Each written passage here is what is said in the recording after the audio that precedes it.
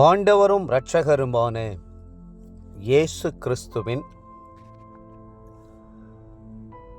ஈடு இணையற்ற நாமத்தில் அன்றன்றுள்ள அப்பம் வாசகர்களுக்கு எங்கள் அன்பின் வாழ்த்துக்கள்.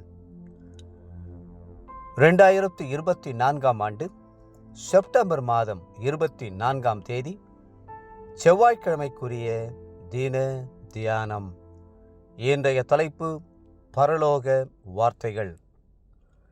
1 கொரிந்தியர் 14:2 சொல்லுகிறது, அந்நிய பாஷையில் பேசுகிறவன் ஆவியினாலே இரகசியங்களை பேசினாலும் அவன் பேசுகிறதை ஒருவனும் அறியாதிருக்கிறபடினாலே அவன் மனுஷரிடத்தில் பேசாமல் தேவனிடத்தில் பேசுகிறான். நீங்கள் பரிசுத்த ஆவியை பெறும்போது பரலோக பாஷையான அந்நிய பாஷையும் உங்களுக்கு கிருபையாய் தரப்படுகிறது. உங்களுக்குள்ளிருந்து அந்நிய பாஷையை இயக்குகிறவர் பரிசுத்த ஆவியானவர். அவர் உங்களுக்குள் வந்து உங்களுடைய சரீரத்தை அவருடைய ஆலயமாக்கி உள்ளே தங்கியிருந்து தீர்க்கதரிசனமான பாஷைகளை பேச வைக்கிறார். ஜெப ஆவியை கொண்டு வருகிறார்.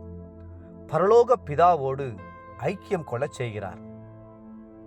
வேதம் சொல்லுகிறது, ரோமர் 8:26, அந்தப்படியே ஆவியானவரும் நமது பலவீனங்களில் நமக்கு உதவி செய்கிறார். நாம் ஏற்றபடி வேண்டிக்கொள்ள வேண்டியது இன்னதென்று அறியாமல் இருக்கிறபடியால் ஆவியானவர் தாமே வாக்கு கடங்காத பெருமூச்சுகளோடு நமக்காக வேண்டுதல் செய்கிறார். இருதயத்தின் நிறைவினால் வாய் பேசும். மத்தேயு 12:34. இருதயத்தை ஆவியானவருக்கு ஒப்புக்கொடுத்து அபிஷேகத்தால் நிரப்பப்படும் போது வாய் பரலோக பரிசுத்தத்தின் வார்த்தைகளை பேசும், விசுவாசத்தின் வார்த்தைகளை பேசும். மேல் வீட்டறையிலே சீஷர்கள் காத்திருந்து ஜெபித்த போது அவர்கள் அந்நிய பாஷையிலே பேச துவங்கினார்கள். அப்போஸ்தலர் நடபடிகள் 2:4. அது ஒரு தொடக்கம். பின்பு ஆவியின் வரங்களையும் வல்லமையும் பெற்று கர்த்தருக்காக எழும்பி பிரகாசித்தார்கள். தேவப்பிள்ளைகளே, ஒவ்வொரு நாளும் அதிக நேரம் அந்நிய பாஷையிலே பேசி மகிழுங்கள். உங்களுடைய நாவும் உதடுகளும் மிகவும் முக்கியமானவை. ஏசாயாவை மாபெரும் தீர்க்கதரிசியாக உயர்த்தும்படி கர்த்தர் அவருடைய நாவை பலிபீடத்தின் அக்கினி குறட்டினால் தொட்டு, இதனால் உன் பாவம் நீங்கி அக்கிரமம் நிவிர்த்தியானது என்றார்.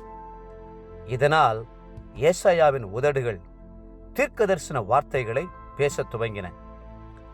ஆவியானவர் ஒருவரில் இறங்கி வரும்போது முதலாவது தொடுகிற ஒரு அவசியம் உண்டானால் அது நாவுதான். குதிரைகளை பாருங்கள், அதனுடைய வாயில் கடிவாளம் போட்டு அவைகளுடைய முழு சரீரத்தையும் திருப்பி நடத்துகிறார்கள். அதுபோல கப்பல்களை பாருங்கள், அவைகளை நடத்துகிறவன் யோசிக்கும் இடம் எதுவோ அவ்விடத்துக்கு நேராக மிகவும் சிறிதான சுக்காலாலே திருப்புகிறான்.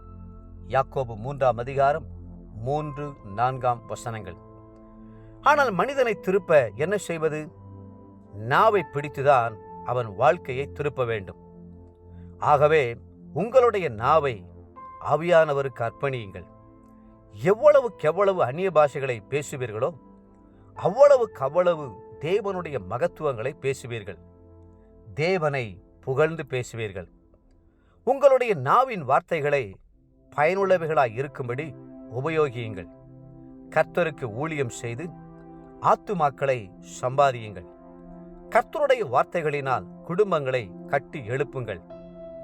தேவப்பிள்ளைகளே, கர்த்தரை துதித்து ஸ்தோத்தரித்து மகிமைப்படுத்துங்கள். கர்த்தருடைய சுவிசேஷத்தை அறிவியுங்கள். கர்த்தர் உங்களை ஆசீர்வதிப்பாராக. இன்றைய நினைவிற்கு 1 கொரிந்தியர் 14:4. அந்நிய பாஷையில் பேசுகிறவன் தனக்கே பக்தி விருத்தி உண்டாக பேசுகிறான். தீர்க்க தரிசனம் சொல்லுகிறவனோ சபைக்கு பக்தி விருத்தி உண்டாக பேசுகிறான். இன்றைய வேத வாசிப்பு காலை உன்னத பாட்டு 4 மற்றும் 5 அதிகாரங்கள், மாலை கலாத்தியர் 3 அதிகாரம். அன்புக்குரிய அன்றென்றுள்ளப்பம் வாசகர்களே, மீண்டும் உங்களை வாழ்த்துகிறோம். அதிகமாய் அந்நிய பாஷையை பேசுங்கள். பரலோக பாஷையிலே நிரம்பியிருங்கள். கர்த்ததாமே உங்களை ஆசீர்வதித்து மென்மேலும் உயர்த்துவாராக. ஆமென். ஆமென்.